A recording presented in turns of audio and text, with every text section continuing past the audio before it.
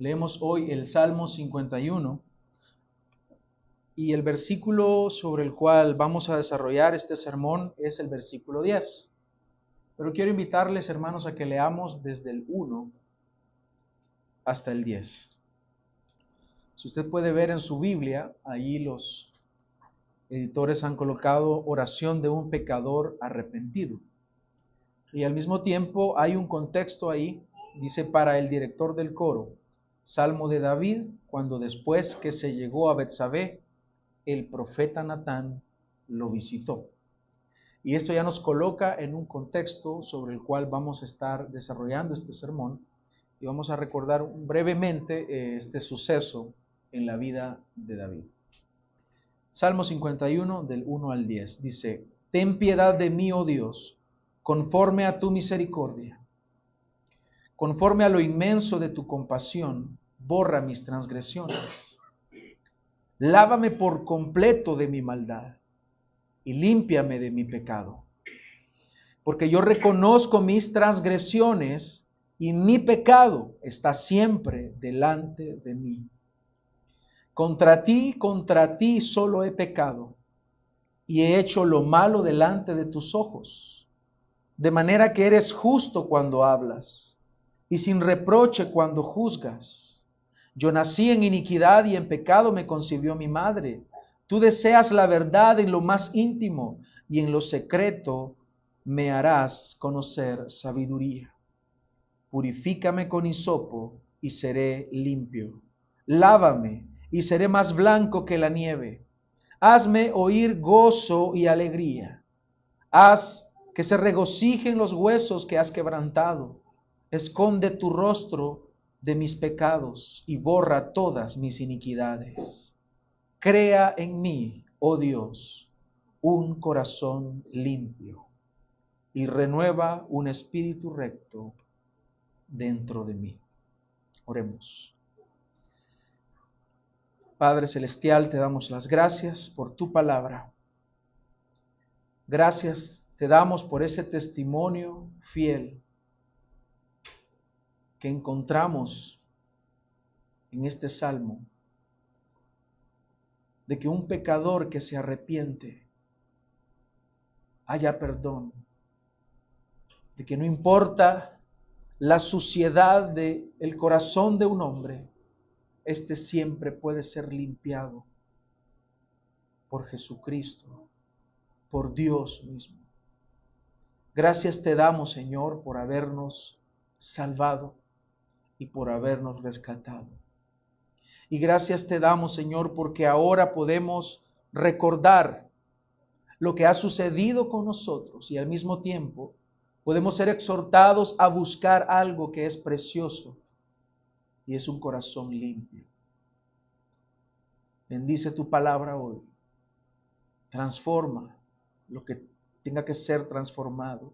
Endereza lo que esté torcido, lo que está áspero sea allanado. Todo aquello en lo cual estamos mal sea corregido y que todo pensamiento sea llevado cautivo a la obediencia de Cristo. Bendice tu palabra hoy y ayúdame a mí a exponer fielmente tu palabra. En el nombre de Cristo Jesús. Amén. El título de este sermón es Un corazón limpio. Si yo le preguntara a usted, hermano, ¿le gustaría tener un corazón limpio? ¿Qué es lo que usted respondería? Esta pregunta tiene algunas presuposiciones. Voy a mencionar 3. En primer lugar, que el corazón del hombre es sucio. En segundo lugar, que tener un corazón sucio, como vemos ahora en este salmo, es algo que debería de ser cambiado. Y en tercer lugar, hay una implicación de que hubo algo que le llevó a llegar a esa condición de suciedad. La Biblia es una historia que inicia con un paraíso y ese paraíso se pierde y al final en Apocalipsis, en el último capítulo, usted va a ver la recuperación de ese paraíso. Por lo tanto, empieza con un paraíso perdido y termina con un paraíso recuperado. Y la palabra de Dios se encarga en mostrarnos en esta trama fascinante y hermosa cómo los pecados del hombre realmente no pueden frustrar los planes y los decretos de Dios. Lo que Dios ha establecido se va a cumplir. Dentro de este drama, nosotros vemos que el hombre estaba en un pacto al inicio, algo que se conoce como el pacto de obras. En este pacto en el cual él estaba, Dios le dice al hombre que fructifique. Dios le dice al hombre que gobierne. Dios le dice al hombre que someta la creación. Le dice que labre el huerto y que disfrute de él. Y al mismo tiempo le dice que de todo árbol que estaba en el huerto podía comer, a excepción de uno. Y usted sabe la historia, que Adán y Eva pecaron, por lo tanto, el pecado entró al mundo. Ellos estaban en un pacto que transgredieron, o sea, 6:7 dice, pero ellos, como Adán, han transgredido el pacto, allí me han traicionado. Por lo tanto, cometieron un acto de traición. Y cuando el pecado entra a la vida del hombre, entra al mismo tiempo la muerte. Y al referirnos a la muerte espiritual, estamos hablando de esa separación que hay entre Dios y el hombre, porque el pecado rompe la comunión con Dios. De manera que el hombre entra en una situación y un estado de enemistad con Dios, a lo que la Biblia más adelante le llama muerte espiritual o separación. Por lo tanto, cuando hablamos de la muerte espiritual, estamos hablando de que el hombre nace separado de Dios, imposibilitado de acercarse a Él. El pecado separa a la persona de Dios. Por tal razón, es imposible en un estado sin que haya la intervención de Dios que el hombre pueda tener comunión con el Creador. Es imposible para el hombre cumplir el propósito de Dios si está enemistado con Dios. Es imposible para el hombre estar dentro de la voluntad de Dios si está en enemistad con Dios.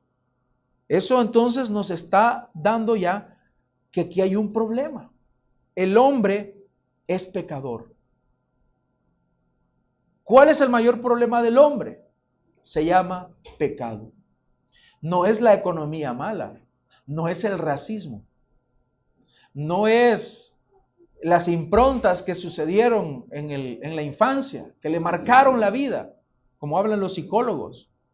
El problema se llama simple y sencillamente pecado. El hombre es pecador, el hombre es malo, el hombre es injusto y el hombre por naturaleza es enemigo de Dios. En cambio, Dios es santo, es bueno, es perfecto y es puro. Y si Él es así, ¿cómo es que Dios va a tener comunión con el hombre que es pecador, que es malo, que es injusto y que es enemigo de Dios por naturaleza? Habacuc 1:13 dice, muy limpios son tus ojos para mirar el mal. Deuteronomio 32:4 dice, la roca, su obra es perfecta, porque todos sus caminos son justos, Dios de fidelidad y sin injusticia. Justo y recto es Él. En forma pervertida se han portado con Él.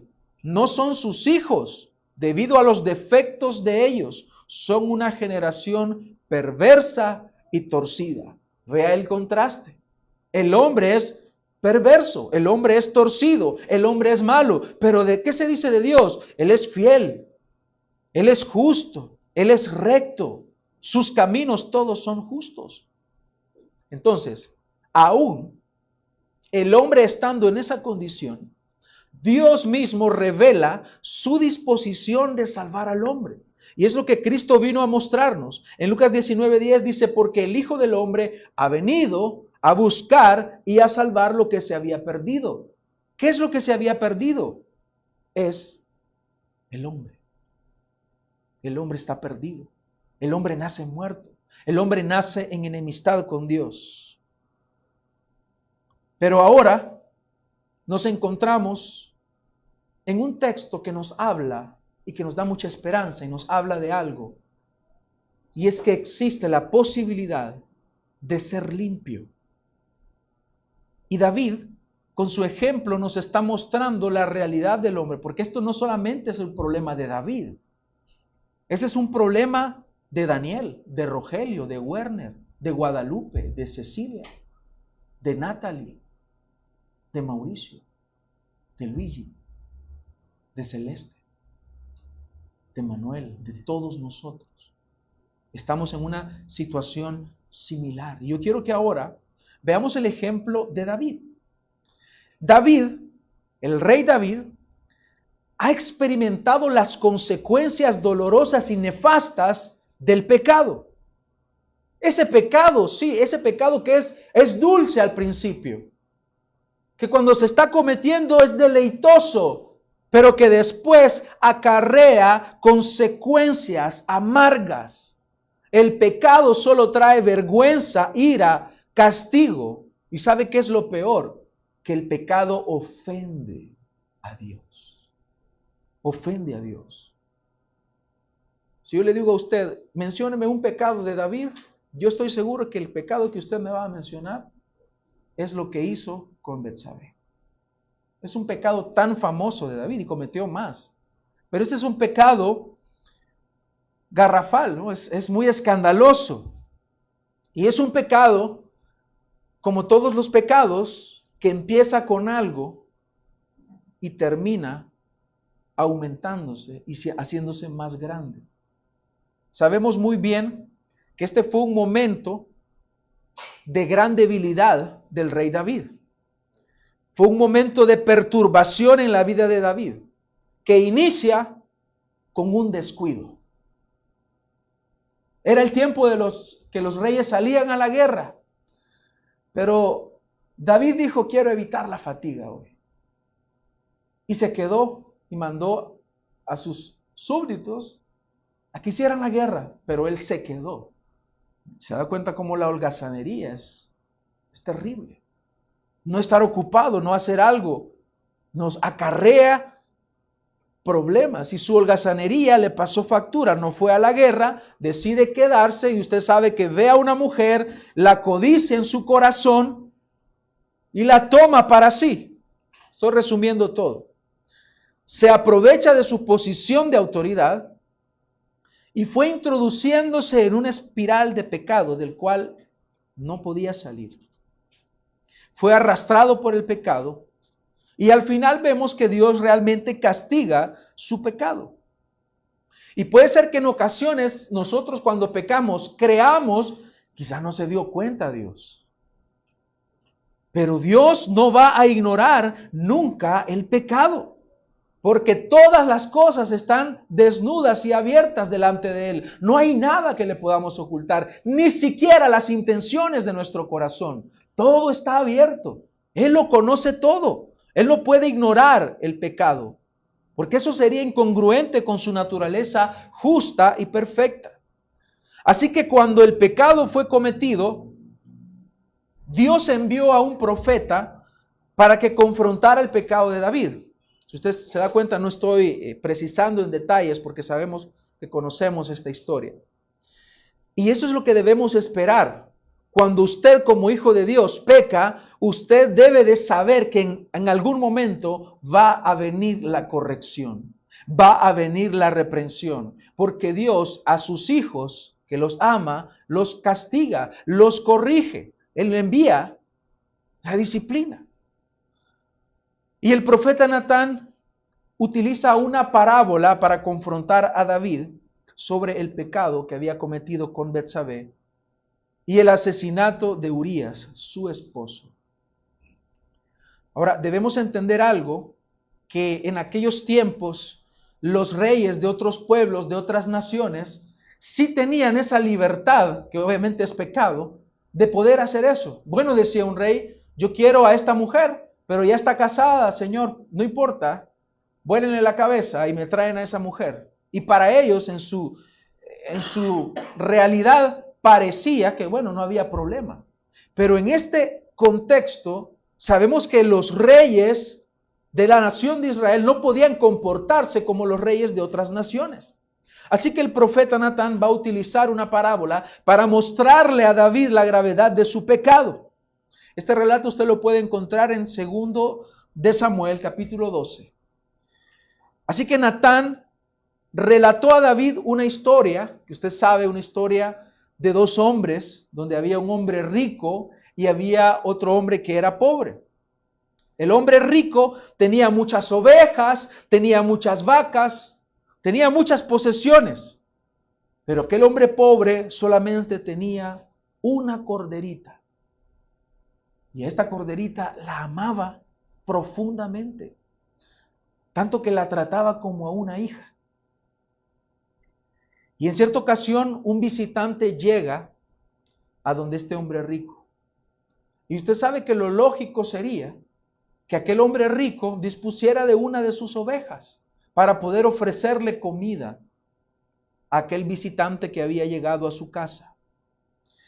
Pero en vez de eso, el hombre rico toma la única corderita de aquel hombre pobre, se la quitó y preparó la comida para aquel visitante, despojando a aquel hombre pobre de su única corderita.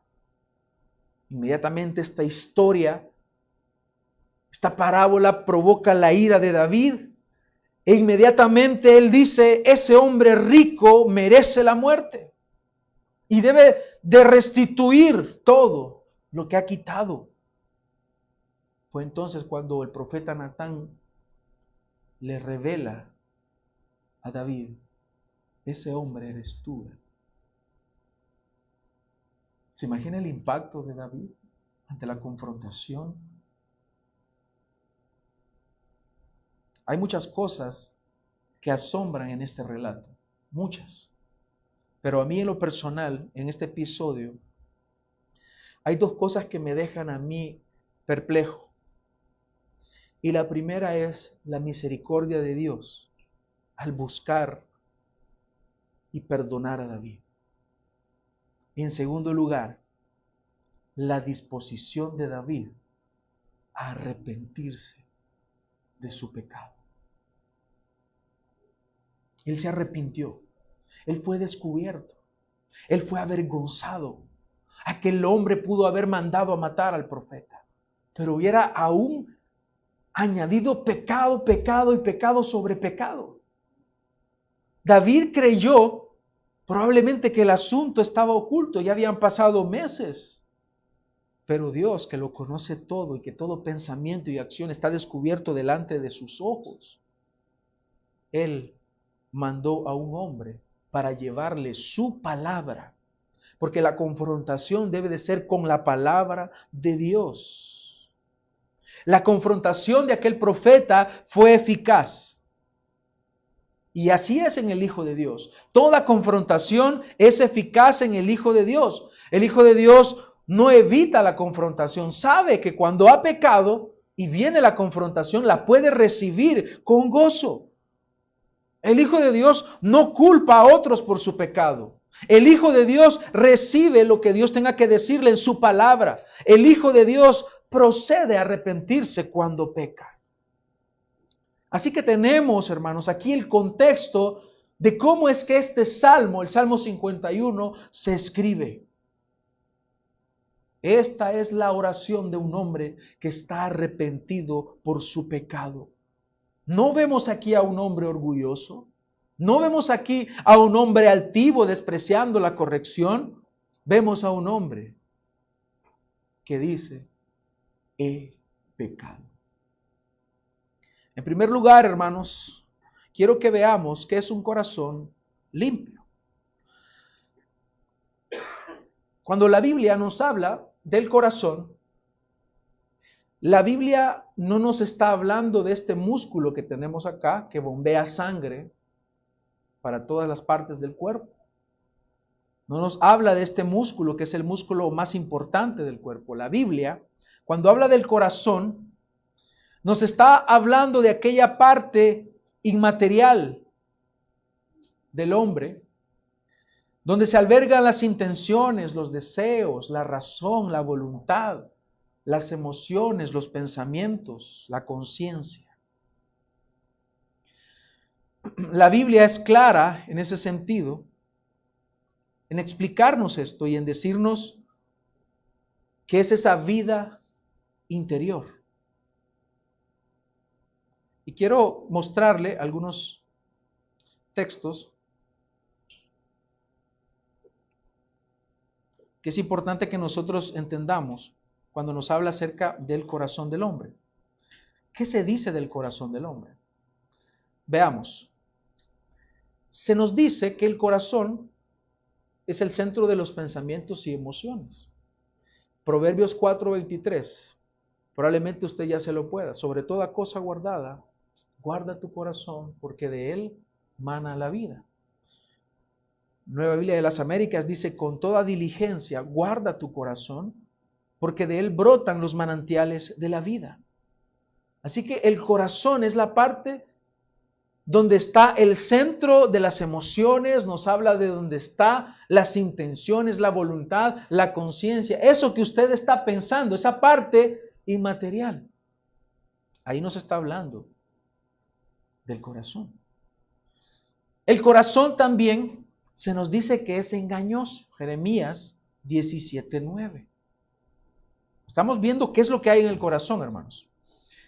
Dice Jeremías 17:9, engañoso es el corazón más que todas las cosas y desesperadamente perverso. ¿Quién lo conocerá? El Señor. Yo escudriño los corazones, yo conozco el corazón del hombre. En Mateo 15:19 dice el Señor, porque del corazón provienen, ¿qué cosa? Malos pensamientos, homicidios, adulterios, fornicaciones, robos, falsos testimonios y calumnias. ¿Qué nos dice entonces la Biblia del corazón del hombre? Que está corrompido, que hay pecado y por lo tanto necesita una transformación de parte de Dios. ¿Qué más se nos dice del corazón? Bueno, que Dios lo examina. En 1 Samuel 16:7 dice, porque el hombre mira la apariencia exterior, pero el Señor, ¿qué mira? El corazón, lo interno del hombre. Usted no puede ver, por más que usted esté mirando fijamente a la persona, usted no puede ver qué es lo que está pensando. Puede suponer algunas cosas por gesticulaciones, pero exactamente qué es lo que hay en el corazón, usted no lo puede conocer. Dios sí lo conoce. Al mismo tiempo, este corazón que está corrompido por el pecado, tiene una posibilidad de ser transformado. Y aquí está la esperanza. En Ezequiel 36:26 dice, les daré un corazón nuevo y pondré un espíritu nuevo dentro de ustedes. Esta es la esperanza. Y eso es lo que de alguna manera sabemos que David está visualizando. Él está acercándose a Dios como el único que puede transformar el corazón. Este corazón, según la Biblia, es el centro moral y espiritual del hombre y necesita ser transformado. Porque de ahí está el problema. Pregúntese, ¿por qué suceden las guerras entre los pueblos? ¿Dónde está el problema? ¿Por qué usted se pelea con la vecina constantemente? ¿Por qué su esposo le fue infiel? ¿O por qué su esposa le fue infiel? ¿O por qué la esposa o el esposo de alguien fue infiel? ¿Por qué mi padre no puede dejar el vicio? Se pregunta alguien. ¿Por qué el joven vive como esclavo de pecados lujuriosos e inmoralidad? ¿Por qué el político es corrupto y llega al puesto público solo a robar? ¿Por qué el hermano fulanito miente constantemente? ¿Por qué el pastor abandonó a la esposa y dejó el ministerio? ¿Por qué? Porque su corazón es sucio. La respuesta a todas estas preguntas es por su corazón. La palabra de Dios, vemos aquí, hermanos, que divide al hombre en dos partes. El hombre interior y el hombre exterior. Por ejemplo, si usted está anotando, anote 2 Corintios 4:16, Efesios 3:16 y Romanos 7:22 y 23. 2 Corintios 4:16, Efesios 3:16 y Romanos 7:22 y 23. Quiero leer nada más uno. En 2 Corintios 4:16 dice: por tanto no desfallecemos. Antes bien, aunque nuestro hombre exterior va decayendo, vea, hombre exterior. Sin embargo, nuestro hombre interior se renueva de día en día. Entonces, la palabra de Dios nos está mostrando que hay una parte exterior, que es lo que nosotros tenemos, que podemos ver, pero está la parte interior, que es esa parte espiritual. Esa parte espiritual justamente es el corazón. Repito, esa parte espiritual, esa parte interior, es a lo que la Biblia le llama el corazón. Y es lo que estamos nosotros llamados a guardar con diligencia. Sobre toda cosa guardada, guarda tu corazón. Esto nos quiere decir que mientras el mundo se enfoca en lo exterior, en el cuidado de la piel, en el cuidado del cuerpo, en el cuidado de la reputación, en lo que digan los demás, lo que realmente deberíamos de cuidar es el corazón. Ahora, no estamos diciendo, descuide la parte exterior. No estamos hablando de eso, no malinterprete. Pero su diligencia mayor debe de estar enfocada en cuidar su corazón. Alguien que descuidó su corazón, aparte de David, fue Judas. En Juan 13:1 y 2 dice: antes de la fiesta de la Pascua, sabiendo Jesús que su hora había llegado para pasar de este mundo al Padre, habiendo amado a los suyos que estaban en el mundo, los amó hasta el fin. Y durante la cena, como ya el diablo había puesto en el corazón de Judas Iscariote, hijo de Simón, el que lo entregara. Ya el diablo había puesto. Y Satanás va a tentar, y Satanás se va a esforzar, es el enemigo de nuestra alma. Pero quienes están llamados a cuidar el corazón somos nosotros. Judas no guardó su corazón, aunque sabemos por la palabra de Dios que él había sido destinado para esta obra pecaminosa de entregar al Señor. Eso no exime a Judas de su responsabilidad de cuidar su corazón y cuidar que éste se corrompiera más y más. ¿Quién era Judas? Él era miembro de ese círculo íntimo del Maestro. Él conocía sus enseñanzas. Él había escuchado toda la instrucción de parte de nuestro Señor. Había visto sus milagros. Era el tesorero del grupo. Él guardaba, imagínense la confianza que él tenía, que se le había otorgado. Pero en su interior, es decir, en su corazón, había una mancha, había un problema, que tal vez en el momento nadie notaba. Pero Judas tenía un ídolo y Judas amaba el dinero. Y aunque él había escuchado la enseñanza del Maestro, no se puede servir a Dios y a las riquezas. No se puede servir a dos señores, porque amará uno y aborrecerá al otro. Y el corazón de Judas estaba corrompido, estaba sucio. Y cuando llega el momento de la tentación, Judas sucumbió. Y lo que había ocultado por años, ese amor al dinero, lo había corrompido. ¿Por qué? Porque él realmente no se había arrepentido de sus pecados. Y así como David y así como Judas, todos necesitamos un corazón limpio para el Señor. Ahora, David, en el Salmo 51, expresa un verdadero arrepentimiento. David fue humillado delante de Dios y por medio de la palabra él es llamado al arrepentimiento. Y su corazón se quebranta delante de Dios. Y a pesar del dolor que había, la disciplina llega. Y en este proceso que David nos está escribiendo, en este salmo, que es uno de los salmos que destacan dentro de los penitenciales, aquel hombre luego de ser humillado, luego de reconocer su pecado, porque si usted se fija en el versículo 3, dice, porque yo reconozco mis transgresiones. Él no está culpando a otros. Él no está diciendo, es que mis esposas no me atendieron. Él no está culpando a nadie, es que mi esposa se ha puesto fea.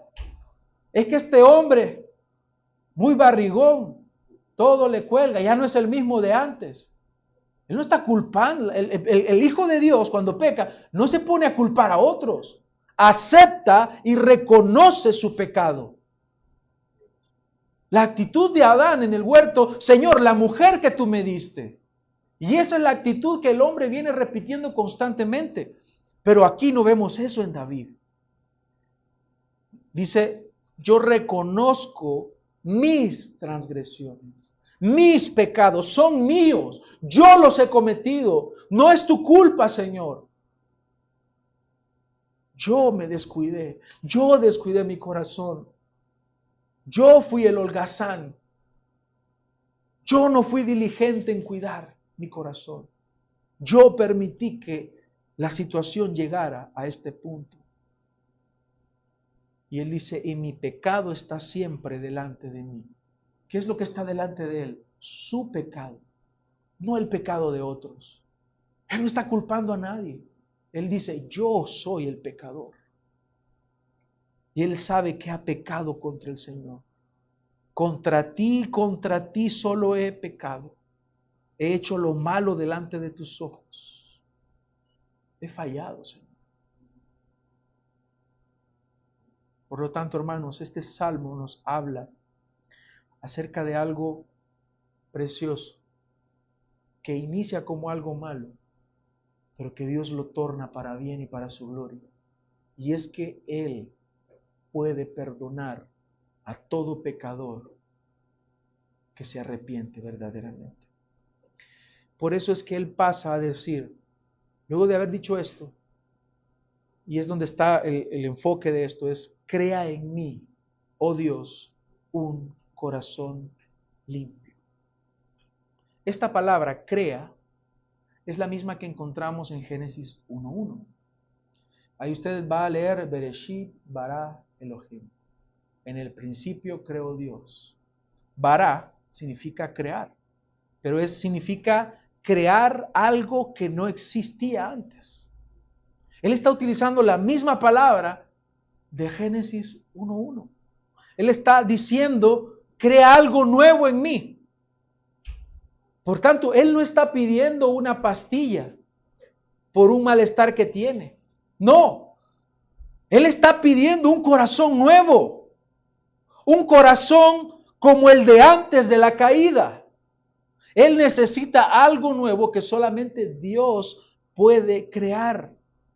Él no ve su corazón enfermo, lacerado, dañado. Él sabe que necesita un corazón nuevo, un corazón que sea limpio, porque es ese corazón del cual el Señor se agrada. Esta es la característica de los hijos de Dios. No lo vemos a Él minimizando su pecado. Él sabe que ha pecado grandemente. Él reconoce sus transgresiones, dice, mi pecado, mi iniquidad. Sabe que es una afrenta delante de Dios, pero al mismo tiempo Él reconoce que el único que le puede ayudar es Dios. Esta no es una obra que el hombre pueda hacer.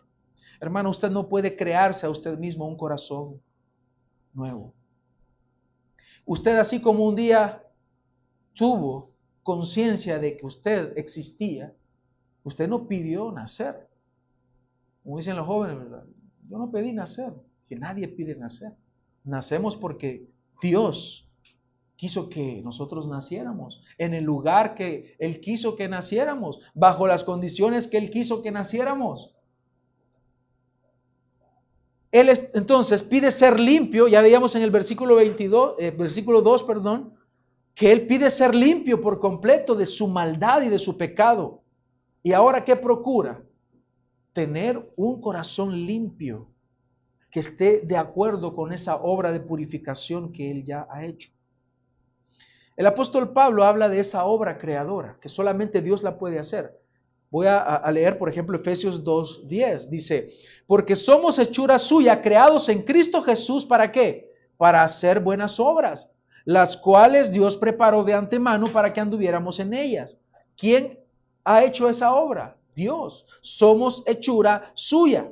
Es en esta nueva creación que somos capacitados para tener una vida dentro de la voluntad de Dios y conocerle a Él. Por eso es que en Mateo 5:8 dice, bienaventurados los de limpio corazón. ¿Por qué? Pues ellos verán a Dios. Es solamente con un corazón limpio que podemos ver a Dios. ¿Quién subirá al monte de Sión?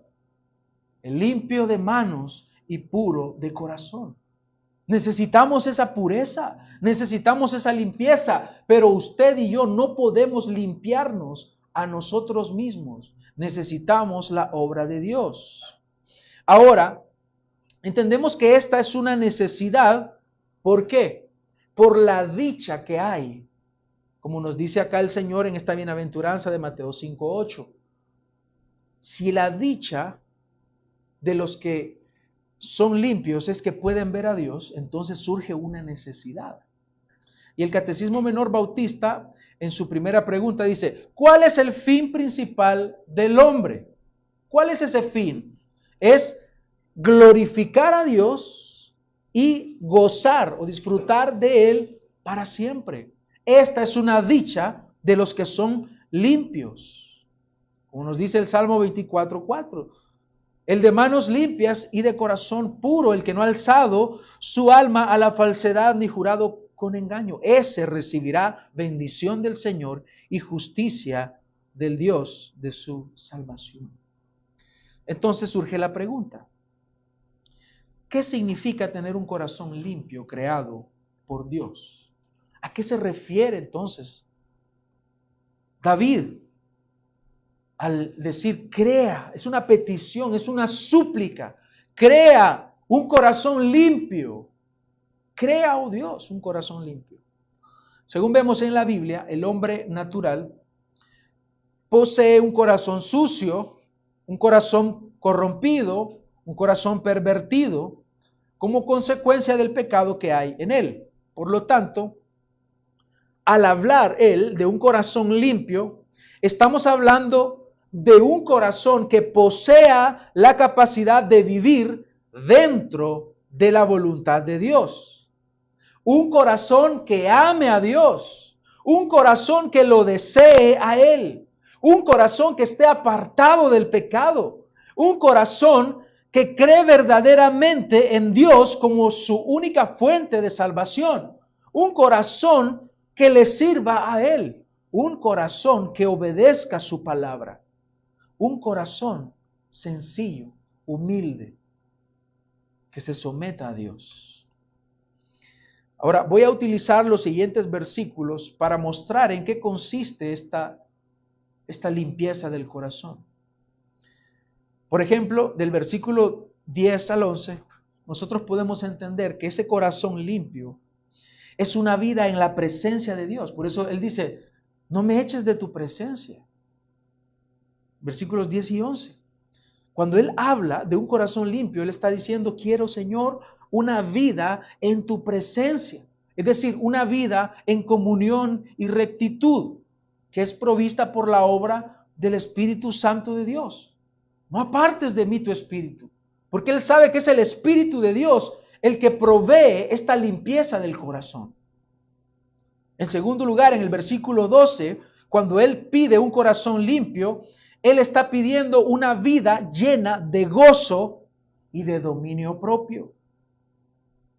En tercer lugar, Él está pidiendo una vida que sea capaz de testificar la verdad de Dios a otros. En cuarto lugar, Él está pidiendo una vida apartada del pecado, versículo 14. En quinto lugar, Él está pidiendo una vida que dé fruto de alabanza a Dios como verdaderos sacrificios espirituales. Esto usted lo va a encontrar en el versículo 15, 16 y versículo 19. Él está pidiendo una vida de humillación delante del Señor, la cual Dios no va a despreciar. Y finalmente, versículo 18, Él está pidiendo una vida que ame al pueblo de Dios y por eso ora por su pueblo. Todo esto implica, hermanos, un corazón limpio. Él está diciendo, crea en mí este corazón. Señor, dame este corazón. Este corazón limpio es el que yo deseo, habiéndose arrepentido de su pecado. Ahora, entendiendo esto, hermanos, la última pregunta que podemos hacernos es, ¿cómo puede el hombre tener este corazón limpio delante de Dios? Si esto es lo que significa un corazón limpio, ¿cómo lo puedo tener? Según la palabra de Dios, podemos tener un corazón limpio, en primer lugar, a través de la obra del Espíritu Santo. Dice Tito 3:5, Él nos salvó, no por las obras de justicia que nosotros hubiéramos hecho, sino conforme a su misericordia, por medio del lavamiento de la regeneración y la renovación por el Espíritu. Él es el que lava, el Espíritu Santo es el que limpia. Por lo tanto, hermanos, esta petición de un corazón limpio solo puede proceder de un verdadero creyente, de un corazón regenerado, de alguien a quien la obra del Espíritu Santo se ha hecho visible en su vida. Una persona que es nueva. Solamente una persona puede pasar, una persona que ha sido renovada por el Espíritu Santo y ha sido lavada por el Espíritu Santo, puede pasar a desear un corazón que siempre esté limpio, que esté apartado del pecado, apartado del mal. ¿Está realizada en usted esta obra del Espíritu Santo, hermano y amigo? Porque no hay otra manera. Esta es la base. Si el Espíritu Santo no obra en usted esta limpieza, lastimosamente usted no puede proceder a tener un corazón limpio.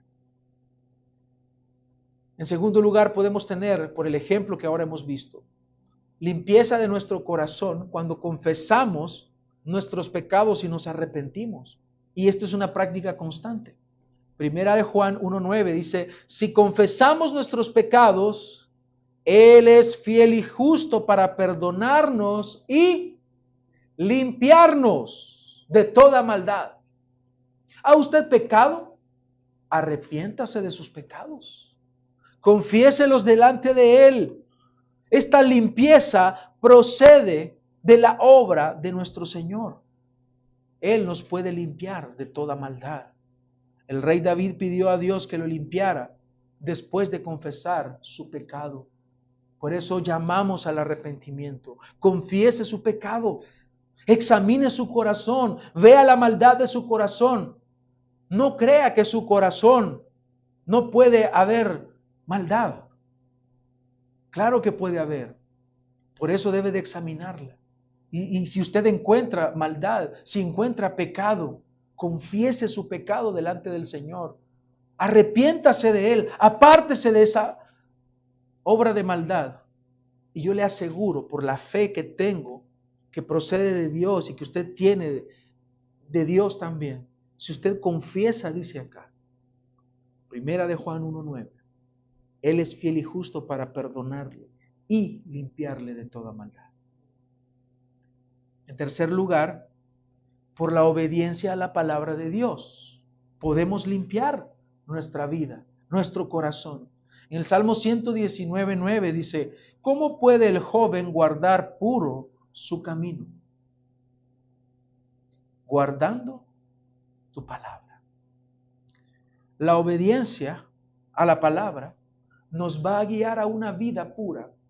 Porque es en la palabra de Dios donde usted va a conocer sus deficiencias. Es en la palabra de Dios donde usted va a ver su maldad, su pecado, sus fallas. Cuanto más usted se aleje de la palabra de Dios, va a ser más difícil que usted vea los pecados que usted está cometiendo. Y en último lugar, ¿cómo puede ser posible un corazón limpio? Por la obra de Cristo a favor del pecador. Si decimos, dice 1 Juan 1:6, si decimos que tenemos comunión con Él, pero andamos en tinieblas, mentimos y no practicamos la verdad. Pero si andamos en la luz, como Él está en la luz, tenemos comunión los unos con los otros, y la sangre de Jesús, su Hijo, nos limpia de todo pecado. Cristo es quien nos limpia. La obra que Él hizo en la cruz es suficiente para limpiarnos de todo pecado. ¿Cree usted esta verdad? Si usted cree que la muerte de Cristo fue suficiente para limpiarle y darle un corazón limpio a usted, entonces significa que Él ha obrado en su corazón y ahora le llama a limpiarse más y más. En Apocalipsis 22:11 dice que el injusto siga haciendo injusticias, que el impuro siga siendo impuro. Pero dice que el justo siga practicando la justicia y el que es santo siga guardándose santo. Hermanos, ese es el deseo de nuestro corazón hoy. Un corazón limpio, un corazón que le ame, un corazón que no desee otra cosa sino disfrutar de Él, amarle a Él, servirle a Él. Esa bendición solo es para los del limpio corazón. Hoy el Señor nos llama a que corramos hacia la cruz. Corra hacia Cristo. Corra hacia el único que puede limpiar su corazón. En conclusión, hermanos, el corazón limpio es un corazón que nos lleva a un sometimiento sin cuestionamientos a la palabra de Dios. ¿Se ha dado cuenta usted que hay pecados que probablemente no ha confesado? ¿Se ha dado cuenta usted que su corazón necesita hoy ser limpiado por Dios? Hoy es el momento para arrepentirse de todos sus pecados, de una forma real, sincera y con fe. Yo le puedo afirmar y asegurar, y estoy dispuesto a morir por esta verdad, que Dios le perdonará y Dios le limpiará de toda maldad. La forma más práctica de vivir este sermón es examinar nuestro corazón a la luz de la palabra de Dios. Y si hallamos pecado, corramos hacia Cristo para confesar nuestros pecados delante de Él. Ahora el Señor nos exhorta a examinar nuestro corazón y a abandonar nuestros esfuerzos por encubrir nuestros pecados.